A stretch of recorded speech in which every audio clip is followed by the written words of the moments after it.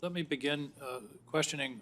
Mr. Bench, what's the status of the Park Service plans for this year with regard to COVID in terms of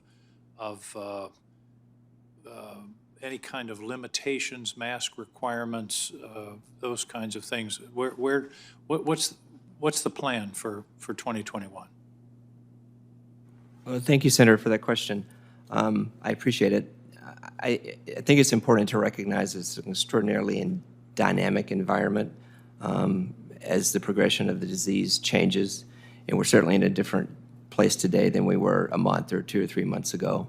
Obviously, our guidance is framed by the executive orders of the President, by DOI policy, and by OPM and OMB guidance. And looking forward and thinking about our ability to welcome visitors, I think we're like any other enterprise. There are probably very few businesses that are operating in the same way, the same level they were pre-COVID, but everyone's on a glide path in a better direction. We have 423 units in the National Park Service, and we're extraordinarily decentralized. Every park is different in terms of where they are in being operational and what they need to be operational.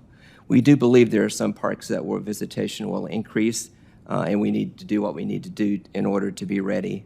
The plan, like a park ranger, is a campaign that will target trip planning. This will include messages around safety, alternative parks that might be less crowded, and making sure you have a reservation before you leave out. Real-time messaging on congestion is also a tool, so we know the parking lot is full before you get there. And in some cases, we're also considering time entry and limiting numbers. Will decisions on things like masks be made on an individual park basis, or has the department made a determination based upon CDC guidelines that won't be necessary this summer? We currently are operating under DOI and OPM, OMB guidance, which is certainly framed by CDC. So it's a changing environment. Currently, if you're vaccinated and you're not required to wear a mask if you're an employee or a visitor in the park. Thank you. One point that I want to make, and it's awkward to make this point to the acting director, but we need a permanent director. The Park Service hasn't had a director for, I think, 5 years, and I hope that that's something that's under active consideration in the department. Thank you, Senator. No one will be happier when we get a permanent director than I will be. And I understand Shannon Estenos in her testimony indicated that would be a priority, so I'm confident that the administration is actively working.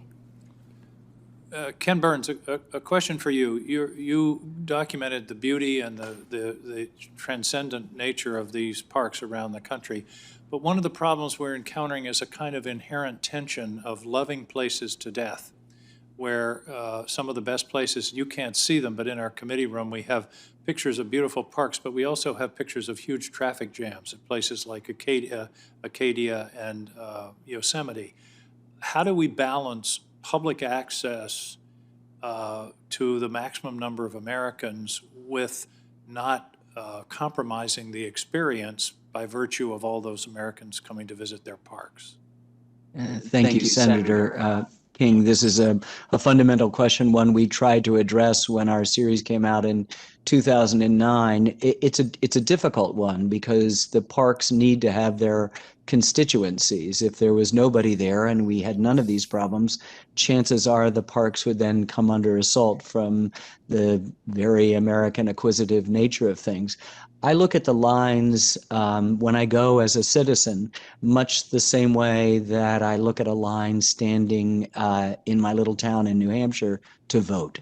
It means that we are participating in the fullest sense in this democracy. And as I said in my testimony, this declaration applied to the landscape. I think a good deal of the park planning and the release of the deferred maintenance gives us a chance to reinvigorate, maybe not on the scale as Mission 66 did in reimagining the parks, but maybe we have an opportunity to once again, another generation later, 50 plus years afterwards, to have a new kind of mission that permits us to begin to handle, and I think digital technology will help, as the acting director suggested, just knowing that that parking lot ahead of you is full, or knowing that that dining room is full, that we have a chance to, as families, as individuals, but also as a country, figure out how best to accommodate all the people.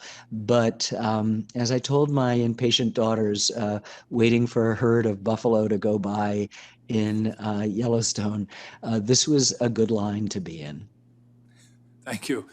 This is an issue where I think we may have a hearing devoted to just this question of how to disperse our visitors between parks and also within parks in order to relieve this problem. Senator Dan.